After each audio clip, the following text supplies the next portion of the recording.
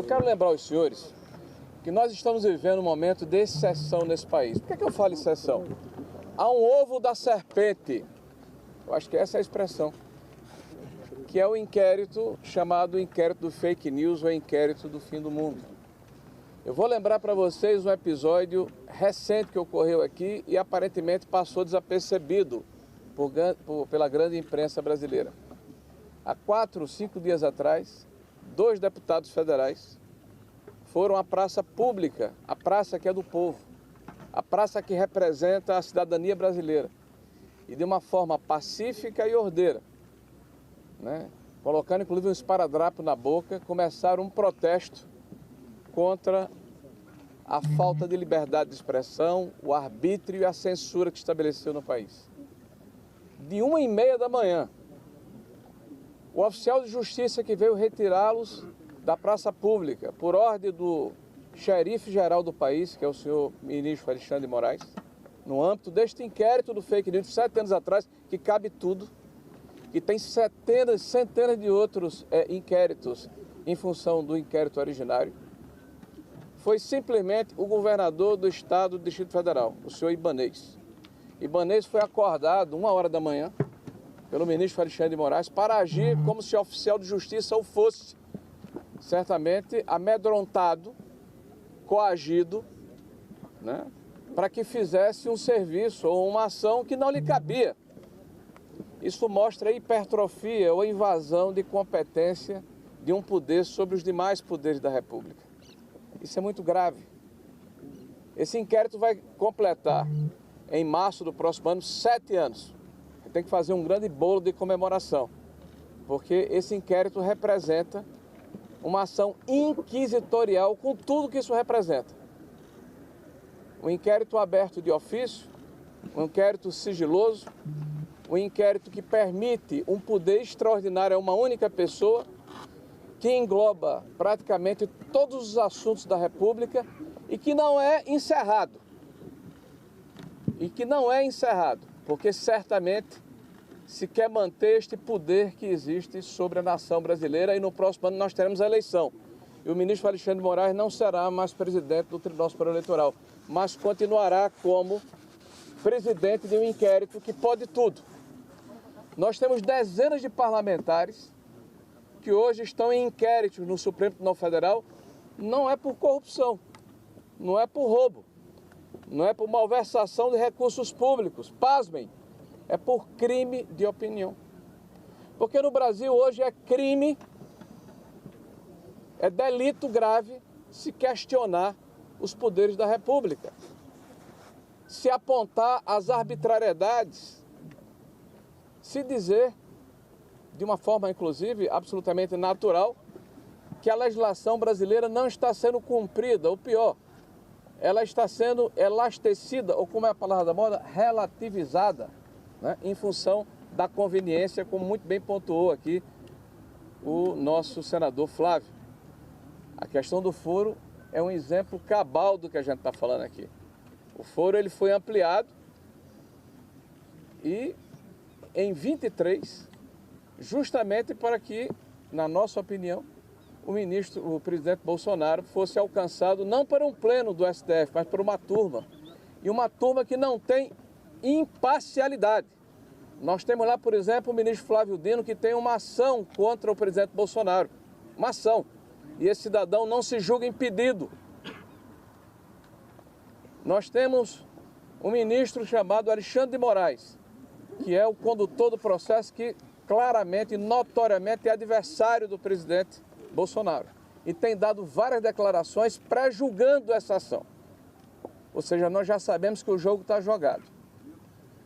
Então hoje, nós estamos aqui em frente à Casa do Povo, porque quem está aqui foi votado pela população brasileira, ao contrário do juiz Alexandre de Moraes, que não recebeu um único voto para conduzir os destinos do país.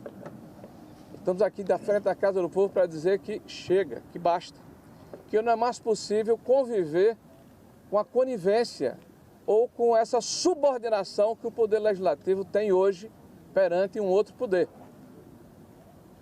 Se acabar com o foro privilegiado, que deveria ser um escudo de proteção para que os parlamentares brasileiros pudessem exercer a sua atividade sem medo, olha que paradoxo, pudessem criticar os poderosos sem medo, pudessem fiscalizar o poder público sem medo.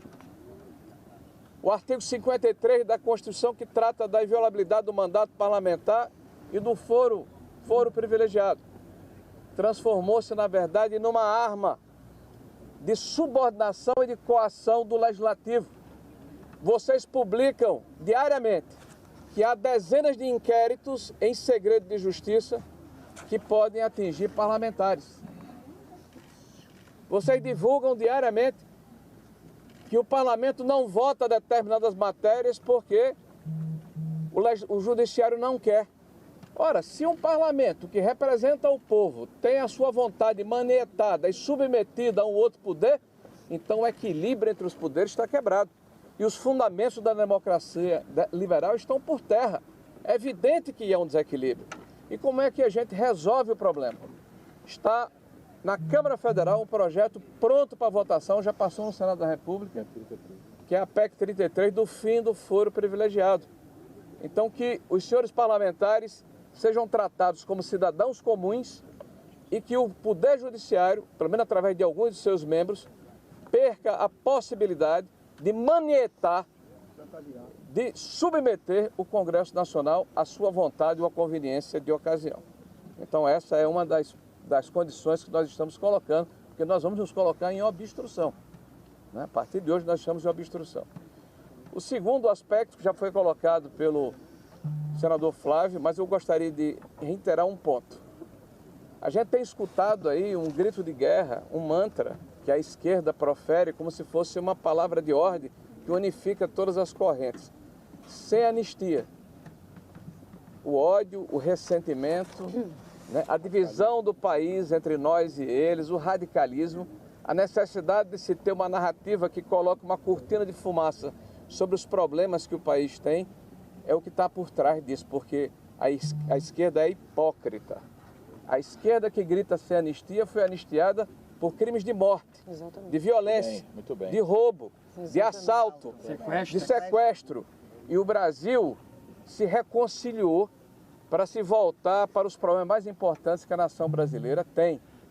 E nós hoje estamos vivendo sobre um desgoverno. Nós estamos vivendo sobre uma situação em, por exemplo, que ninguém mais fala do assalto que foi cometido contra os velhinhos do INSS, contra a desestruturação dos nossos fundos de pensão, contra a quebradeira geral das nossas empresas estatais, o Correios à frente. E o nosso desastre do ponto de vista fiscal, que está repetindo os mesmos métodos e os mesmos parâmetros de 2014, 2015, que nos legaram a maior crise econômica da história brasileira.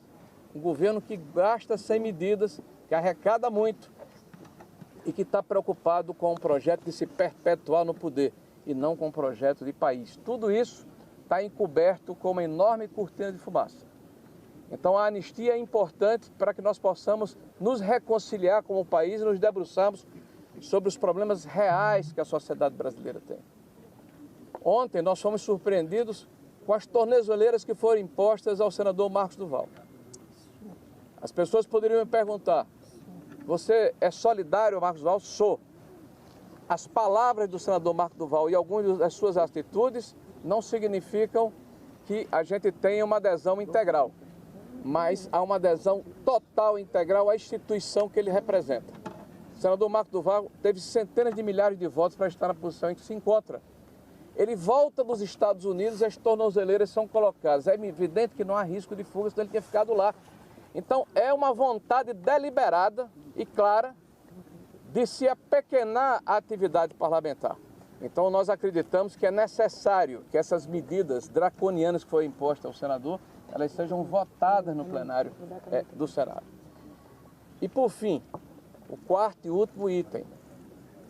É necessário urgentemente, para que nós possamos voltar a ser pertinentes, para que a população acredite que de fato o poder legislativo que representa o povo é importante, para que haja de verdade equilíbrio entre os poderes, para que nós possamos resgatar os valores da democracia liberal.